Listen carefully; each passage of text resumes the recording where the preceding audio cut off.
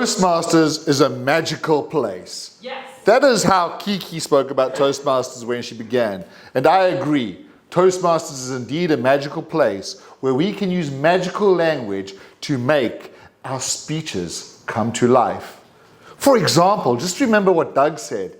He said that he was playing baseball and the baseball missed him by an inch. It's a very vivid image. I really can't see with this. Really vivid image. But then he doubles down on the image. And what did he say? I nearly peed my pants. That's a very, very vivid picture of what Doug was experiencing and feeling in that moment. Contrast that to Helen's speech, where she spoke about the fire being a living hell. Like that really creates a picture in your mind. We all have some notion of hell. Whether you're a Christian, whether you're a Buddhist, whether you're an atheist, you have some impression of hell. But when somebody says it's a living hell, you get this idea that it must be the worst place on earth. This is how language brings our speeches to life. Jonathan spoke about how he loves to listen to different people's speeches to see how it strikes them, how it hits them. How can we use those kinds of verbs like strike, hit more powerfully? In Iris's speech, he spoke about dementia is not only for the elderly, but it's also for the family, it's also for the friends, it's also for the community. Now that language is great, it's okay. But there she's using the be verb, is, it is, it's the be verb. How about strengthening your language? Because dementia it is not only for the elderly, but it hits us, it strikes us, it smashes us. More powerful verbs thrown into that kind of sentence really creates an impact for your audience and brings it to life.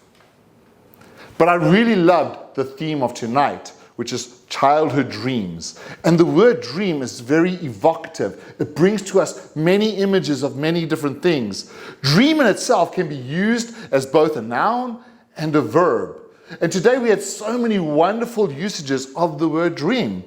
For example, Doug said when he was talking about the baseball coming next to his head and peeing his pants, he realized, I may need to let this dream go. You know, I've long had a dream. You can ask my students. I've long had a dream to marry Linda Ling. But then she got married to some Japanese guy. I have to let that dream go, right? Other things that we talk about when we accomplish dreams, reach dreams, achieve our dreams. All different ways to say, we got there. We had this dream and we got there. Using it as a verb, we can also say, I dreamed of doing something. And I think it was Chloe who dreamed of traveling the world, just like me.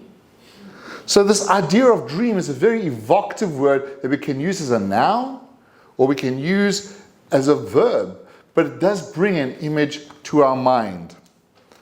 There's a lot of good language throughout the speeches tonight.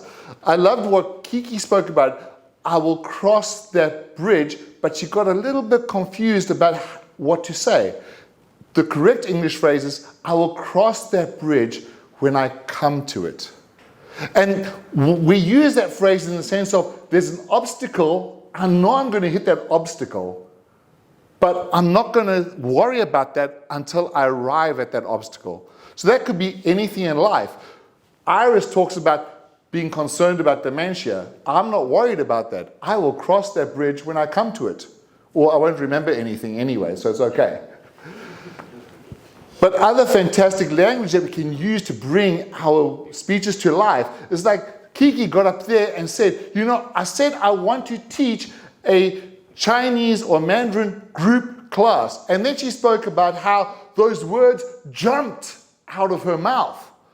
It gives you this idea of a frog or a grasshopper or a kangaroo jumping out of your mouth, saying something, and then she goes on to say, well, because it jumped out of my mouth, I had to keep my promises. Fantastic language. We always keep our promises. And then she went on to say, I wanted to make something magical happen. And that is such a beautiful word, right? Make something magical happen. Because when we use language in the right way, we do make something magical happen.